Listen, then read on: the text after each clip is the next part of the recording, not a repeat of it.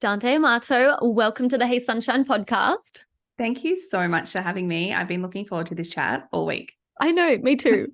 I know we chat about this offline, but I'm like, you keep coming into my dreams, and I'm like, okay, Dante, like I need to get you on the podcast. I would love to say it. that's special, but I can't tell you how many people. It's actually kind of weird that so many people dream about me, but here I am in real life. Here we go. We're not in the astral world anymore. Not today. Not today. Well, I have been seeing your work unfold and seeing you unfold as a psychic, a medium, and just like seeing you take your business to the next level. And I just knew I had to get you on here and just talk about your journey and you as an epic human that you are. And so kind of today we're going to be like talking about like how you weave spirituality, business, mindset, magic, all the things.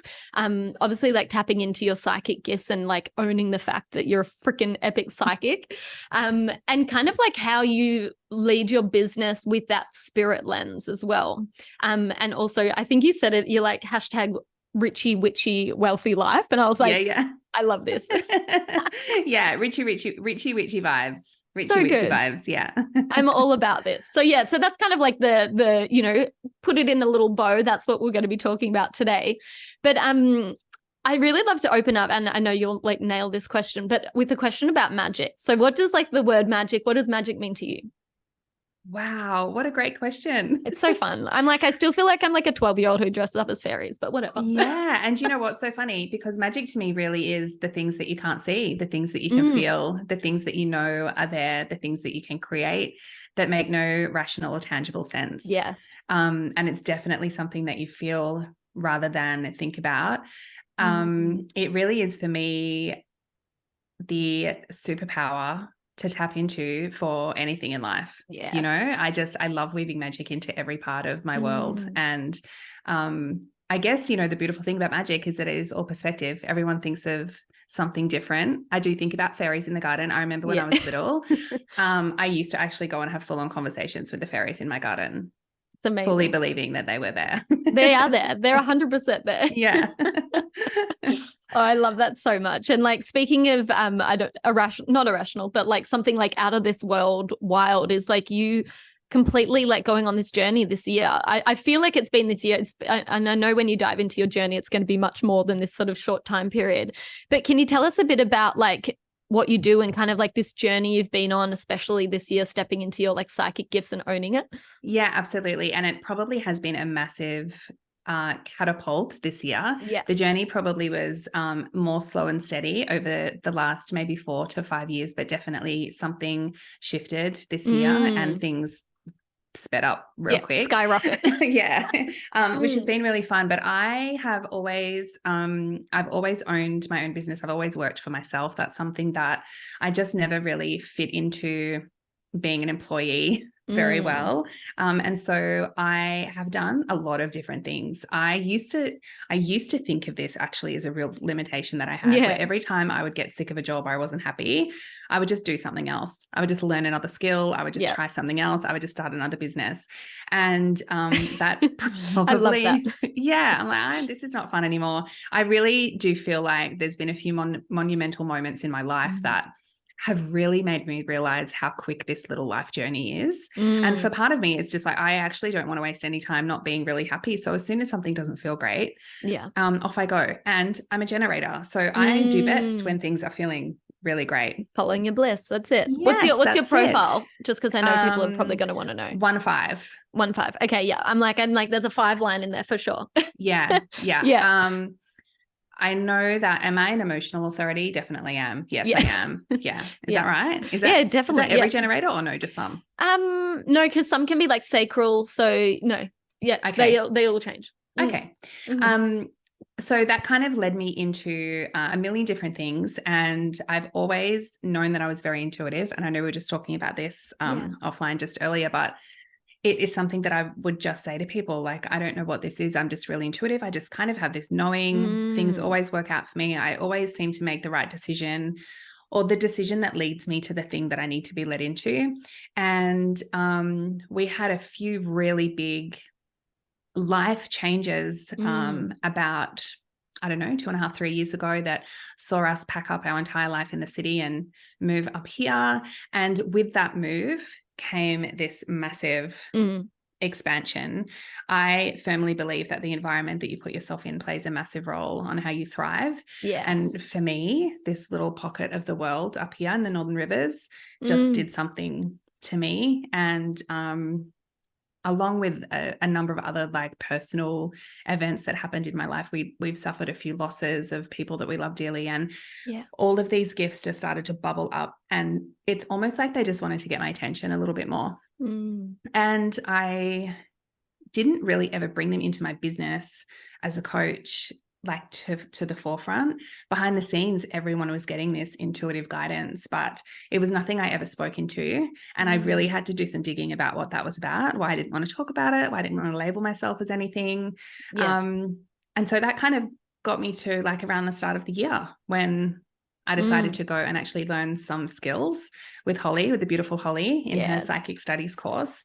And it was just, it was like, okay, it's okay. time. It's time, Dante. Time. Yeah, it's time. It's very obvious and clear where this is going. And so the last 6 months for me has just been completely following my intuition in allowing this to become my business, even though I don't really see anyone else doing it, even though it seems a bit different, with no one to lead the way. I was just like, maybe I just have to go first here. Yes, you do. I love this so much. Yeah. So I want to like pick on something that you said, or just pull a thread here. So you said like you didn't want to own that you were a psychic. You didn't want to own this part.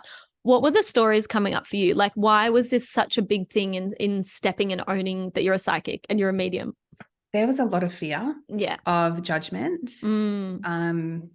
fear of being outcast. There was a lot of, and I didn't realize straight away, but there was a lot of this thread around wealth and money, and that spiritual people are not wealthy and abundant. I had some past life regressions done actually, and to no surprise, I have had 3 past lives as psychics. Wow. And all of those I was women, and in all of them I was either burned at the stake, lived in hiding, or was like tortured because of my gifts. And it was really interesting actually going there and doing some healing work around that and the lineage energy that I was holding on to. And it wasn't till my beautiful healer said to me, he was like, Dante, you have literally brought this into this lifetime because it is completely safe for you to live this out. And if you don't, it's just going to happen. You're just going to keep coming back, and it's never going to happen. And to really feel into the fact that I was safe. I didn't need people to like this about me, but it didn't mean that I was unsafe. It really was this huge, just like green button. Yeah. You know, it's okay. And not only are you safe to like own these gifts, but it's safe to own these gifts and make a whole lot of money while doing it. Like that's even that next step of like being like, okay, I can own the gifts, but like I can actually make a really good money from doing this. And you said it beautifully before. Like I think a lot of this spiritual business and soul-led business, it's like, oh no, we can't make good money doing it. But like, what were some of like the reframes that you had to go through around like actually, you know, starting to be like, no, I can make good money owning a spiritual soul-led business? Well, I think the first one was actually deciding how I wanted to feel about being wealthy and abundant. And the money stories that I grew up with, and I think probably a lot of people in my generation, that money doesn't grow on trees. You have to work really hard to earn good money. Sometimes money was the root of all evil. You know, I was kind of brought up with this idea that money didn't make good people. And so how am I possibly going to help people and be a good person and serve if I'm making a lot of money doing it? And it was just, it had to be a real reframe for me. Yeah. I love money. I love earning it. I love spending it. I love circulating it. I love helping people create it. But I was telling myself that I couldn't do both. I couldn't be a spiritual healer, psychic medium, and a wealthy and abundant, powerful business mentor. I couldn't do both. And I think that was the resistance for a long time. I really just kind of actually got to the point where it was like, excuse my language, but I just had to stop giving a fuck and decide that I could be both. Yeah. And that was where the hashtag Richie Witchy vibes came in, because I'm like, Obsessed. do you know what? Like, I'm sure that I'm not the only spiritual person Mm. in the world that is really happy and okay with making lots of money. Oh my I God. can be both. I can be meditating Totally. with my incense in Byron Bay and going and buying a designer handbag in the same week. Like, why can't this be one thing? Why can't I use these incredible gifts I have to help women make money in business by giving them the spiritual guidance that is like literally waiting for them? Yeah. Like, can I ask you a weird question? How has making more money made you a better person? Just so this can be expansive for anyone who's sort of stuck in this mindset of like, I can't have a spiritual business and make money.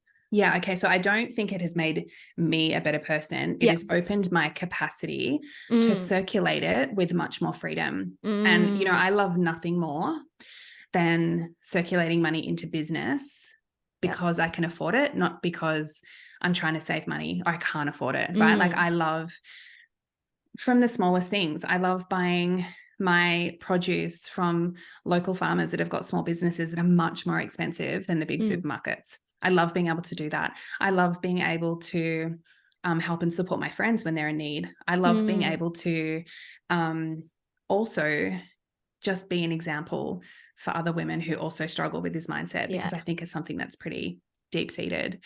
So it's not that it has made me any different. It has created opportunities for me that I feel like are just as much service as the gifts that I have, you know? And I think that it like money can enhance the person you are. So I think sometimes when we see, you know, the stories of like, oh, they became wealthy and then they've become a bad person, I think it enhances what's under there.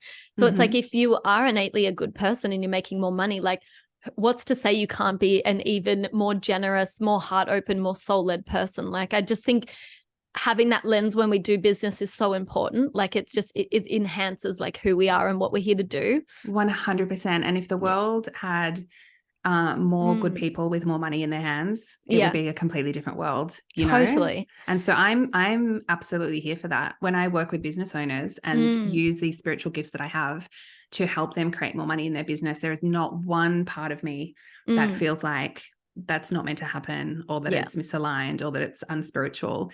It's really just putting more money in the hands of better people. So how did this piece around, like, because you've so seamlessly integrated the, you know, the wise woman, the spiritual woman with the wealth and the business, like, how did that piece land for you? Because like, when I see it from the outside, I'm like, oh my God, it makes so much sense. But like for you, I'm sure it would have been like, hold on a minute, does this make sense? What are people going to think? Like, how did that piece really land? And all of those things did happen in my head. Oh my God, what are people going to think? Does this make sense? Do I even know what this means? You know, something for me that I have always really led my business and my own personal life with is this deep sense of integrity. And for me, as a mentor and as a coach online especially, I've always wanted to completely embody my own truth. And so when I felt like I was safe enough to bring this part into my business, I actually stopped the thinking and I just started the doing part. So I just started sharing actually who I am in my fullness. It was, you probably witnessed it from the outside, but it was a very quick, like it was a very quick, oh, here she is. But I was just, when I saw it, I'm like, oh my God, it makes so much sense. Of course. Like, you know, it was that, like, just, it made sense. And I loved seeing that about your journey. It was awesome.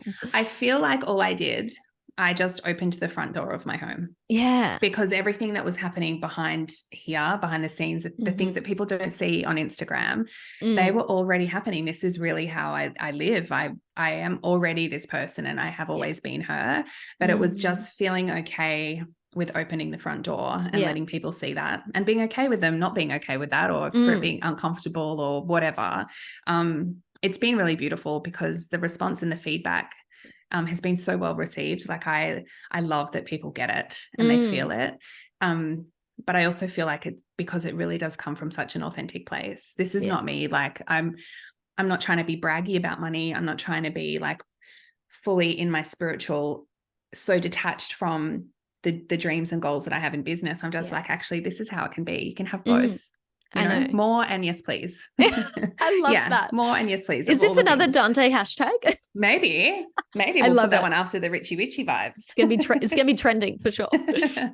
So I want to talk about like your relationship with like spirit and your business now. Like, what does that look like in a general day-to-day for you? Like, say, you know, you're creating amazing offerings. How do you weave spirituality and business all together? I think it's a beautiful marriage of knowing when to use, you know, strategy and tools and the masculine side of the business world, and having a deep sense of self-trust to be able to also make my own rules when it comes to whatever's feeling good for me.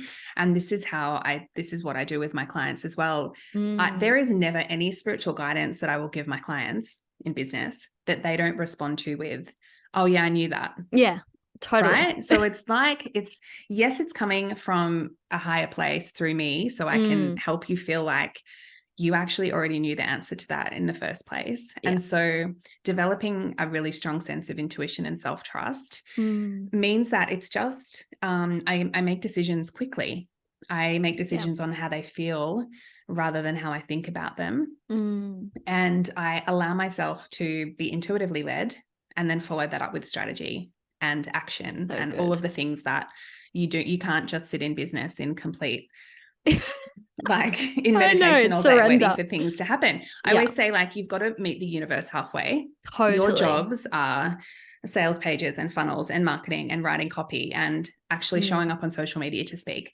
The universe's jobs are to bring you creativity and to put people, places and opportunities in your path along the way and to guide you on all of those things. But it's knowing how to meet halfway. And I think that's how I try and do day to day. I was literally in the podcast just before with a friend, Sophia. We were talking about like, you know, when I started my business, I was so in the spiritual and I was so in the, you know, the mindset and all that sort of stuff that I had neglected the strategy. And then so it was like, then I swung the pendulum. I was all in strategy, but it's like, I see this in your work so well. You're constantly marrying the masculine and feminine. You're constantly marrying the spirituality and the strategy, which looks so, you know, seamless from the outside, but it takes a lot of conscious effort. It takes a lot of conscious effort and potentially not as seamless as it may appear on the outside, but it's kind of like, it's like a dance, right? Yeah. Because I think there are definitely times where we need to fall into more masculine strategy. And then there are times where it really will benefit us to go into more masculine, into feminine flow and intuition. I think it's just being mindful that there's two people in the relationship, you know, just like a marriage. It's not something that can go one or the other, and both are equally as important. The thing that I feel like, honestly, those being the most impactful is allowing my intuition to guide what strategy I pick up. Because I have followed strategy before that has felt misaligned, but I've done it because somebody else is doing it really well, or it's what has been told for me to do. And it's like, I think you can waste a lot of time potentially shutting down your intuition while you're following some kind of strategy, rather than not outsourcing your intuition also by being like, this doesn't feel good for me, or yes, this other thing would feel amazing. It's probably in those moments, you know, in the big decision-making moments where you can sit with both and try and make a decision that feels really aligned and balanced from both worlds. So how does it like land for you? So I think in business, like there's so many paths we can go down, and I'm always trying to find like, what's this like next thing that's going to move the dial in my business? Like, how does that next step, that strategy, that, you know, that next idea land for you in your business, just so people can get like a real tangible sort of takeaway on it? Yeah, I think for me personally, I keep myself in a frequency where my creativity allows me to like actually take the drop in when it comes.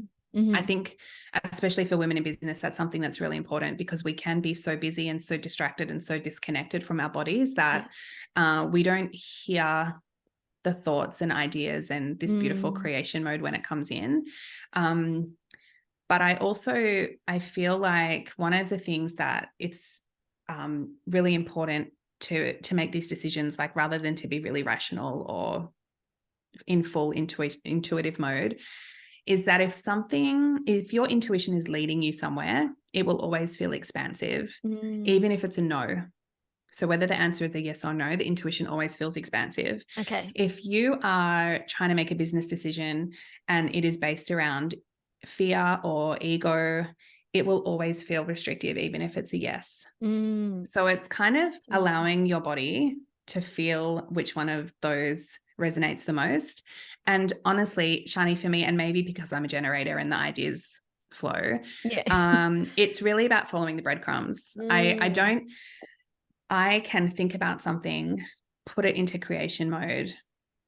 If it's still feeling good after that, launch it and just see how that goes without a huge like pressure on the or expectation on the outcome. You know, like I'm pretty experimentally based and I'm okay with that. I think obviously, you know, human design plays a lot in this too, right? Like everyone creates from a different place. But for me, that's kind of how it works. How does it feel? Does it feel really good? Does it feel expansive? Do I want to keep going? And let's just hand that over and see what happens then. I think like what you said, when a no can even feel expansive, is so potent, because it's like, you know, even for me when I'm kind of getting calls with clients and I'm like, oh, it feels like a no, but I'm like, that feels good. Like that actually feels like it might open me up to something else. Because I think like we're and I'm generalizing here, but when we're so in the do, we can be completely switched off from our internal GPS, our intuition, which is kind of a scary place to run business, because it's like we need the go to take action, but then we also need the intuition to guide us. So this might sound a really weird question, but like, what scary moves have you kind of received as a download? I use the word scary as in like putting you out of your comfort zone. What have you received that's actually been really, really beneficial? Like, does that make sense?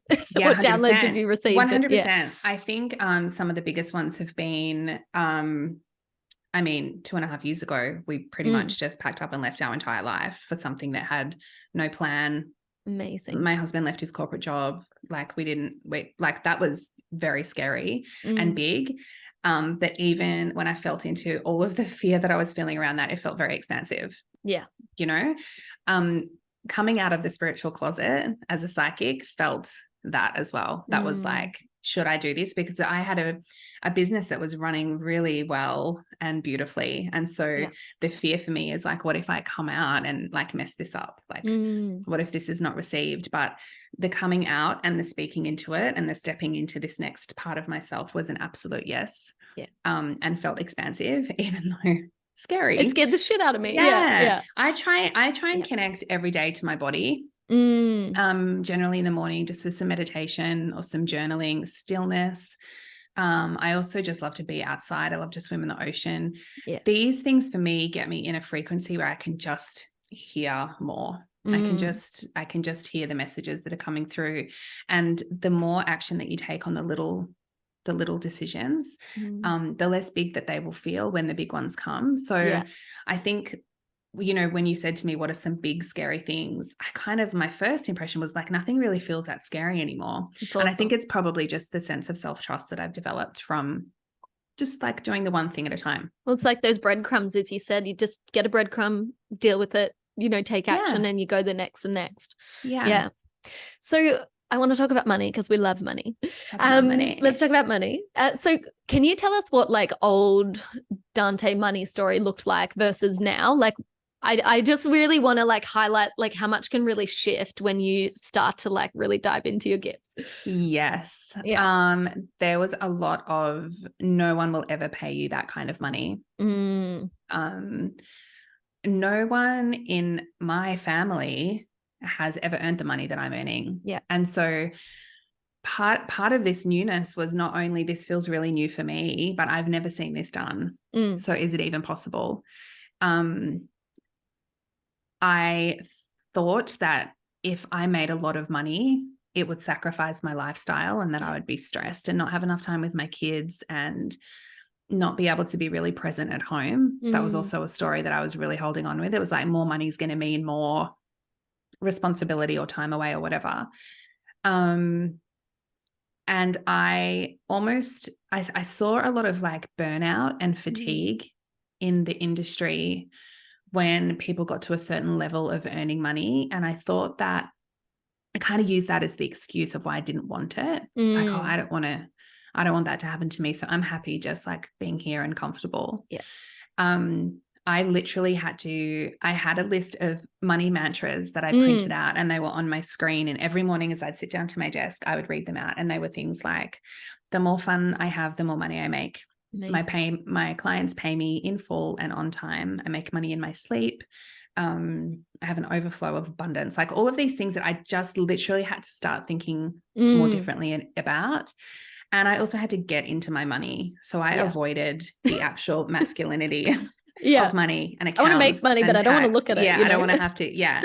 Don't make me have a look at it. So taking a real ownership of that, and also being very free, not free, understanding that money is a circulation, and that if I was going to hold on to it tightly, it wouldn't come to me freely. And so it literally just became this free flowing circulation that I really embraced moments where I was able to pay people. I really like sat in the moments where I was doing something a bit luxe, and more money just started coming. Yeah. So energetically, because I know there's this sort of energetics around reciprocity and like, you know, that money circulation, the more that we give, the more that we get.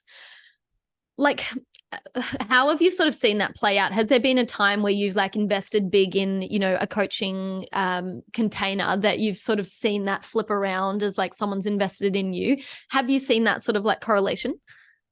Look, I think it's kind of yes is the short answer. I definitely know that like when I make a big scary investment, within a couple of days something will happen for that to come back to me. I also have this it's just like it's just the little things. And I say this to my clients. I'm like, you can't expect people to pay you on time if you have outstanding bills. You can't expect to be abundant if you are overdue on your credit card. Like you can't expect your money to be coming into business if your taxes aren't in order. It's it really is the little things. I work with a lot of women who don't want to go into their accounts. Like they don't want to look at their money. And the moment that they do, their restriction eases, and it's almost like because they know exactly where everything is, even if it's not a lot, if there's not a lot of abundance, just knowing and being in it helps them like loosen the grip, you know, and that in itself circulates more. I don't know if that answered your question, because I feel like it does. It's just a feeling and a belief for me. I don't live in lack. It's funny. My husband has a completely different mindset, although he's changing. He's kind of, you know, grown up in an immigrant family, really tight. We laugh about it. I call him Mick Tight Ass because he's still like, we still laugh about these moments where he's like, you know, is that how much it is? But it's understanding for him as well. Like when he can give freely, he receives more freely. It's one of those, it's magic, right? It's something that you can't see. You can't explain. No. I actually heard this amazing analogy the other day about money. So imagine like we're in the playground. It's like Dante, Shani, we're playing, we're having so much fun. This kid comes running up to us like full pelt, and it's just like, hi, well, I want to play with you. Like, let's do things. Let's go. And we would be like, hold on, whoa. Like, and most likely we would retreat. I think that's how a lot of people approach money, is like they come in all hot and they're like, I want to grab you, I want to hold you, I want to, you know, control you. And it's like, hang on, that's not a fun way to be around money. So I really love like thinking about money as like a person. It's like, how do we want to relate to it? Does money feel safe with me? Am I in conversation with money? Like how would it feel if it was actually a person? And I think that really started to shift things, because I'm like, hold on, like I'm literally ignoring, as you said before, I'm ignoring this thing that I want to call in. If that was a person, like, would it want to come into my world? No. Yeah, 100%. And, you know, I think it's like the little day-to-day things that you can pick up on that you don't realize how you're speaking about it. For years, my husband used to go to the letterbox when he used to get sent like paper bills. Yeah. And he'd go to the letterbox and he'd come back and be like, the gas bill and the electricity bills. And he'd like, the whole thing would be, you know, like a saga. Big heavy energy. And I'm like, how lucky that we have got money to pay these bills today. Like, just go pay them. Like, just go pay, send that money off, and then it's gone. And it's just like trying to get him out of this. But it's very heavily programmed, the way we feel about money. And I always feel like if you're triggered by someone that earns a lot of money, go do some work. If you feel like, well, I can never have that because of, and then you can list off a whole heap of reasons, go do some work. Yeah. One of the first things I do with my clients when they come into my world, it's always money work, because there's just such lack. And people get sick of that. You know, you get sick of feeling like that with money, and you just want it to be free flowing. 100%. And I love, there was this one moment where you posted a photo of you buying the your beautiful YSL purse, and I'm like, fuck yes. I'm like, I am so here for that. But I would imagine that some people in your audience would have been like, that's a bit that's a bit triggering. Like, Yes, that was such a big deal. It's Like, not for amazing. me. It was not a big deal for me. I thought it was going to be a really big deal. It was so Yeah. funny. Like, I'd psyched myself up because I was one of those people who was like, expensive handbags I just don't resonate with that. Like, it doesn't mean anything to me. Like, I don't so need funny. one of those. Like, I totally did want one of those. Yeah. And it's not even that I couldn't afford to buy one. I could have bought one like a decade ago. It was being okay with putting that thing on my shoulder and walking around with it. And what's that going to mean and what people are going to say about me. And I remember even when I brought it home and I was like, I don't even want to share this. Like, I don't want to share this on social media because what are people going to say? You know, what are they going to think? They're going to think that I'm one of those, like, oh my gosh, so the stories were just like, the stories. Isn't it crazy? Like what one handbag can symbolize. Like, it's like for you that symbolized this whole unfolding of a next chapter. For someone else, it could symbolize something so different. Yeah. But like, it's crazy, like the stories we can, and most of the time people be like, oh, awesome, she got a handbag, sweet. Like, yeah, totally. Tap on. So many people obviously could not give less cares. Like, they, whatever, scroll on by. For me, it was actually a moment in time for me that I decided I wanted both. Yeah. It was so much more symbolic. It could have been whatever it was. It would just so happen to be a beautiful YSL bag, but it could have been whatever it was. And it was, for me, it's like, this moment I'm totally going to be okay with being a spiritual, psychic business mentor who loves money, who loves making money, who loves to spend money, who loves to look a bit luxe and glamorous, who, all of those things. I can be that, and I'm totally okay with it. And I also don't really care too much how you feel about that. I love that. Yeah. So and then I hid under the table. And they're like, I'm bold for a moment. I'm like, okay, I'm going back, guys. I love that. So did you used to get like really triggered by, because I really resonated with what you said about, I don't need the designer handbag and I don't need the money and blah, blah, blah. I totally resonated with what you said. And there became a time where I was like, line in the sand, I'm here to make good money and I'm here to have a fuckload of fun while I do it. And I'm here to, do all the things. Yeah. But like, that was a real point, being like, something that I used to be so triggered about, someone getting the luxe handbag or doing the, posting about how much money they make. Now I'm like shifting and being like, hang on, I actually was triggered because I want that. Yeah. So did you find that in your circle, the people who you actually used to be triggered by it are now the people who you're like, oh, I admire you? Yeah, 100%. I also do feel like there's a huge piece of intentionality about this and about how you share your wealth and the intention behind sharing. Yes. I do think that's, a really important piece, because I think sometimes it can just be wealth for wealth's sake. Yeah. But I also have always known that triggers are the biggest gifts, right? Like, when you are triggered, like, lean in so hard to that, because there is like a golden nugget waiting for you.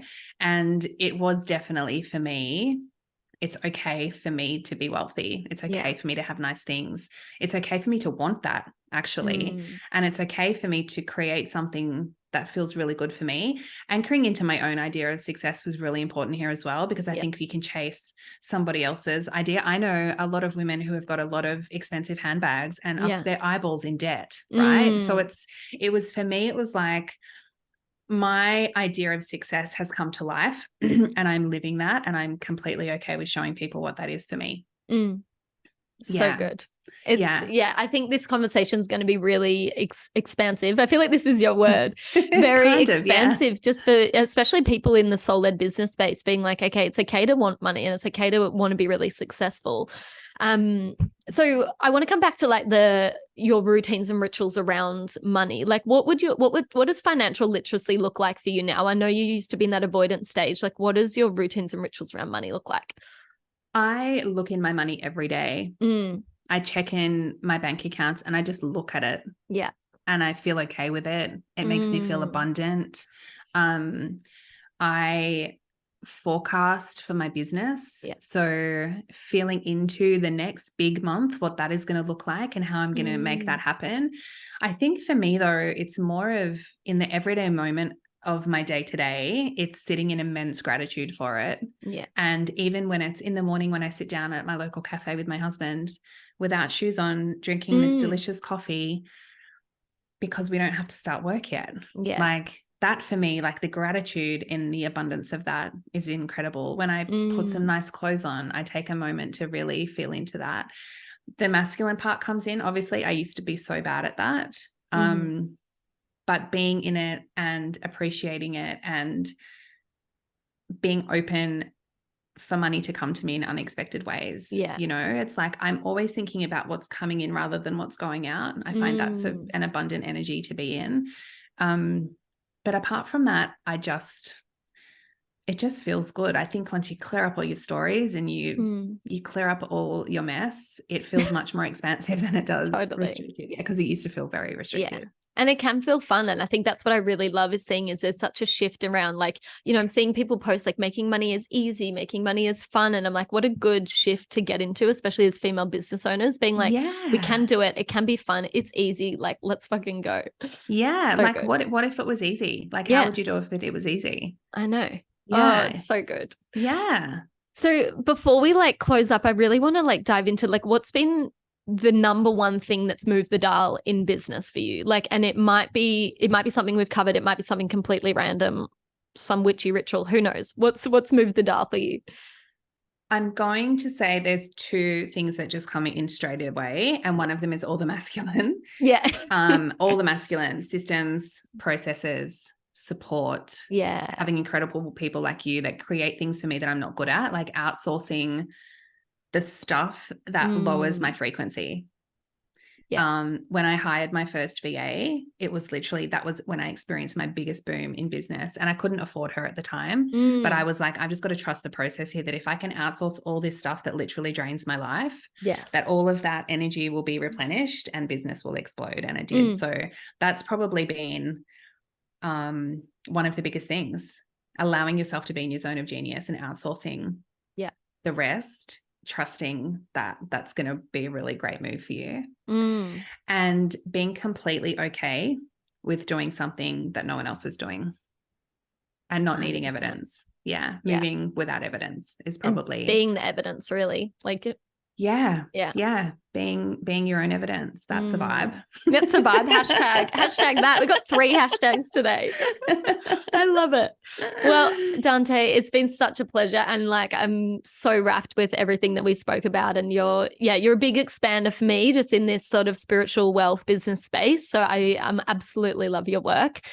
Now, if anyone else is dreaming about you and you're implanting yourself in all the dreams, how can they work with you? How can they talk about your upcoming expansion? Is it a mentorship or a mastermind? Yeah, I would love to, Shani. Thank you. Yeah. I think the best way to connect with me is definitely over on Instagram. Come and get to know me over there, because I share my life. Everything. I do. I really do. Yeah, there's not much that's held back over there. I am launching my very first spiritually led business mastermind in a couple of weeks, called Expansion Mastermind. And I've never, honestly, hand on heart, Shani, never been more excited about any program, because I can feel it. It is literally combining all of the things that I love and that I know are very transformative for women in business. So all the business strategy and beautiful tools and things with the spiritual and intuitively led practices and rituals and energetics and frequency work. So yes, that is super exciting for me. So if that is feeling like it's something that you want to ask me more about, just drop in, send me a voice note. I love to hear people's voices in my DMs and we can chat more. I love it. Well, you're the best, and I appreciate you so much. And everyone who's listening, thank you for tuning in. I hope you enjoyed the episode. Thank you so much, beautiful.